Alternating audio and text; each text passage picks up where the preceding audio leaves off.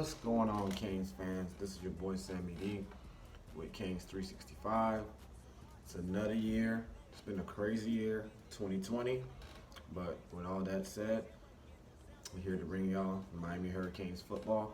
I'm glad to have you guys back another year. We're gonna get right into it, man. With a game last night, Miami versus UAB. Um, the final score of that game was Miami 31, UAB had 14. And my thoughts on the game yesterday.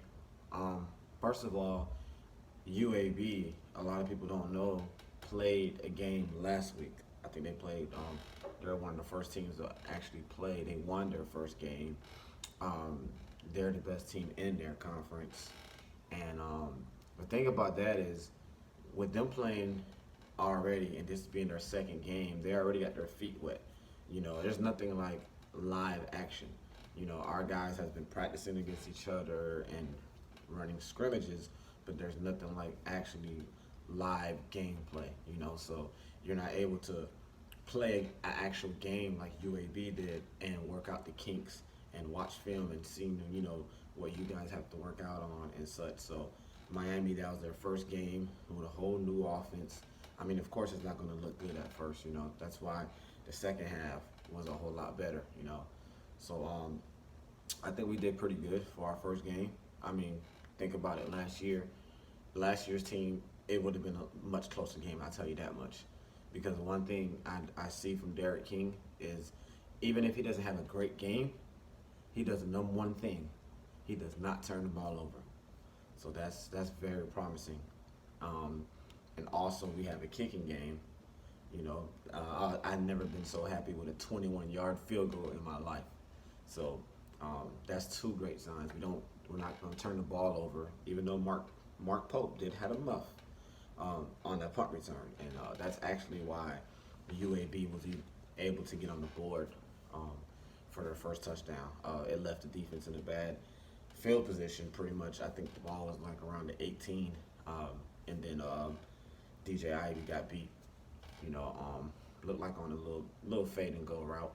So he actually got beat twice. So he's in position. DJ Ivy's in position, and he's just not turning his head around. So here we go again with the DBs not turning their head around, even though Blades played a pretty good game.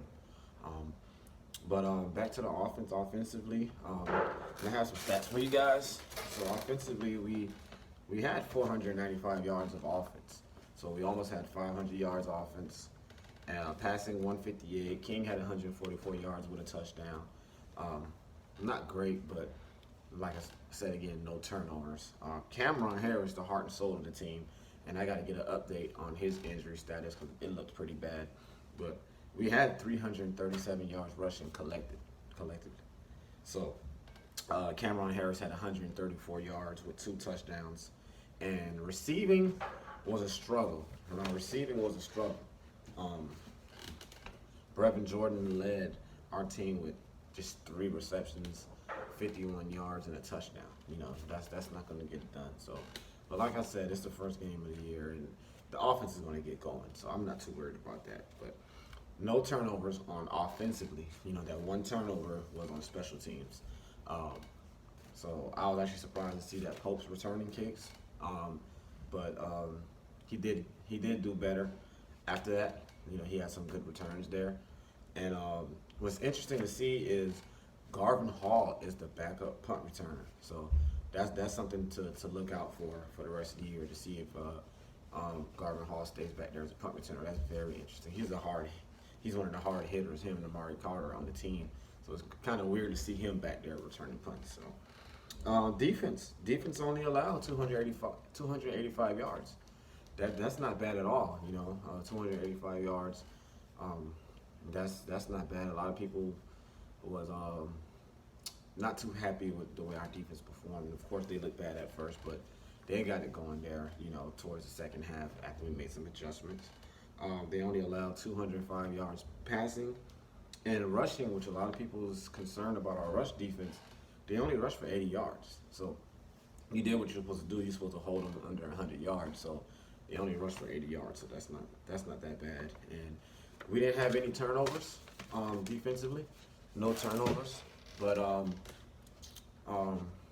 I'll say on the defense, and Brandon Jennings actually led our team in tackles with just 6 tackles. So I love to see the leader get double-digit tackles like we seen last year with Shaq. So I like to see that. I just like to see a guy just take over, you know.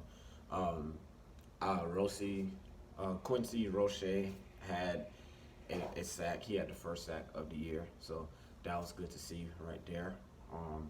Jalen's getting his feet wet. Jalen Phillips is getting his feet wet. I think he's going to progress as the year go on. Again, he hasn't played football in, I believe, over 2 years, so give him a chance to just get his feet wet. You know, I didn't see too much from the linebackers. Zach McLeod, I need to see more out of him. He's the senior. He's the leader there. So I'm going to see more of Zach McLeod. The D tackles, Nesta Silva, John Ford. You know, I think Ford held his own. Silva did pretty good, but I want to see more penetration from our interior. That's going to make the guys on the outside that much more dangerous with Phillips, Roche, and Jafari Harvey coming in to spell those guys.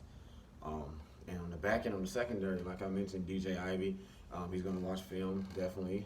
See that he's not turning his head around. He's in position. It's not like he's getting beat. He's in position. Again, he's just not turning his head around. So, and Al Blades played pretty good. Seems like he's our #1 corner right now. So he's looking pretty good. And for the safeties, honestly, I'm not seeing no ball hawks back there, man. The last ball hawk we really had was Jaquan Johnson and Sheldrick Redwine. You know, so I'm not seeing no ball hawks back there. Bubba Bolden, I'm very high on him. Kings 365, I've been very high on Bubba Bolden, but I want to see some more from him, man. He makes good tackles, but I want to see a ball hawk. I want to see a guy just go up there and just go and get the pick, you know, to the highest point, like they're taught, you know. So, but overall, I'll say I'll give the team a C, you know, because we did win the game. I believe we covered the spread that we were predicted to win by. So overall, it was pretty good. I'll give it a C, but again, it was our first game, and I think with it being UAB's second game, I don't want to use no excuses, but that helps a UAB a lot already playing. Miami had a lot of jitters. It's their first game of the year. You know, they didn't know what to expect. You have new guys, a whole new offensive line. So all that does come into play. Yeah, I don't care if you're playing UAB, Louisiana Tech. I don't care who you playing. Those guys put their helmets and chin straps on just like Miami does. You know, so overall, it's a pretty good win, man, and I'll take it. We're 1-0. Next week we got Louisville. They came up with a time at 3:30, so I'm definitely gonna be dropping a pregame video for that, and also I'm gonna be dropping a postgame video. So you guys, I hope you guys like this video and touch down on that subscribe button, and I'll see you next week. And it's all about you.